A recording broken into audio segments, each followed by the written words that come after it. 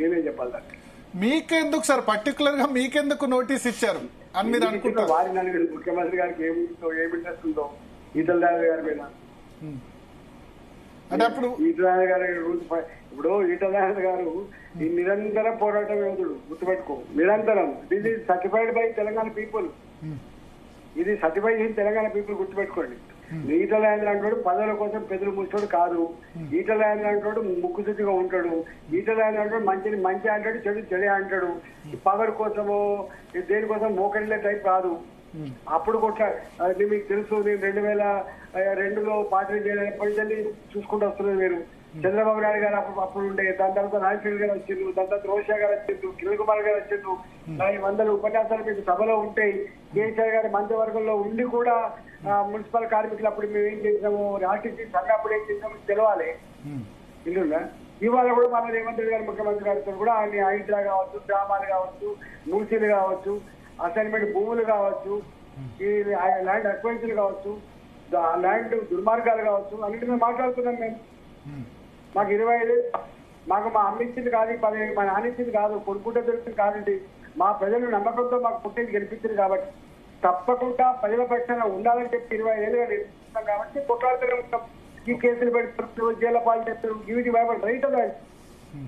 ఆయన ఆ ముఖ్యమంత్రి గారు ఎమ్మెల్యే ఓడగొట్టడానికి తెలుసు.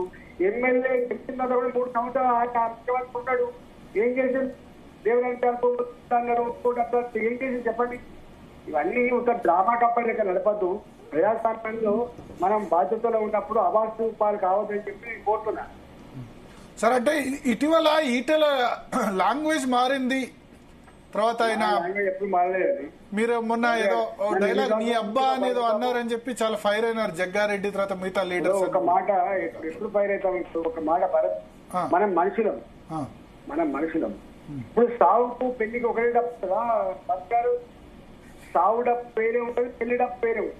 ఇప్పుడు మేము మాకు 7 అంతస్తుల భవనం మేము కట్టుకున్న భవనాన్ని కొనుక్కొని 7 ఏళ్ళు అవుతుంది, 10 ఏళ్ళు అవుతుంది, అంతే ఇళ్లలో ఉంటున్నాం అని చెప్పి మేము మాకు పూల కొడతానికి చెప్పి నోటీస్ ఇచ్చిందని చెప్తే నేను పోతే పిల్లలు వాళ్ళ కుటుంబ సభ్యులు ఏడుస్తా ఉంటే ఆ రోజును తట్టుకోలేక, అరే ఆల్రెడీ ముఖ్యమంత్రి గారు ఇప్పటికీ బిల్లు పూల కొట్టని చెప్పిండ్రు, ఆక్యుపేషన్లో ఉన్న వాళ్ళని డిస్టర్బ్ చేయమని చెప్పింది, మళ్ళీ నోటీస్ అని చెప్పి అడిగితే అంటున్నాం కదా మేము. ముఖ్యమంత్రి గారు చెప్పిన మాట ఇంకోలేదని చెప్పే బాధ ఉంటుంది కదా మా. రెవెన్యూ డిపార్ట్మెంట్ హైడ్రాకు ముఖ్యమంత్రి గారికి రెవెన్యూ మినిస్టర్కు కోఆర్డినేటర్ ఎవరు చేసుకోవాలి కదా. ఆయన హైడ్రా కమిషనర్ అంటాడు, ఆయన మాకు సంబంధం లేదు. ఈ సంబంధం ఉందో అంటారు, కానీ కూలగొట్టే బాధ్యత హైడ్రా తెలుసు. మరి హైడ్రా ఇచ్చినప్పుడు మరి రెవెన్యూ డిపార్ట్మెంట్ ఎందుకు నోటీస్ ఇచ్చింది? ఇచ్చిన ఉద్దేశం లేకపోతే డబ్బులు తట్టుకోవడానికి వాళ్ళు చెప్పని చెప్పి. ఓకే, సో అందుకనంటే మీ మొన్న ఒకళ్ళ మీద చేయి చేసుకున్నారు అధికారుల మీద. పోలీసులు మొత్తం పట్టించుకోకపోతే, రెవెన్యూ డిపార్ట్మెంట్ వాళ్ళు పట్టించుకోకపోతే వ్యవస్థల మీద నమ్మకం ఉండాలి లేదా బాబు చెప్పు.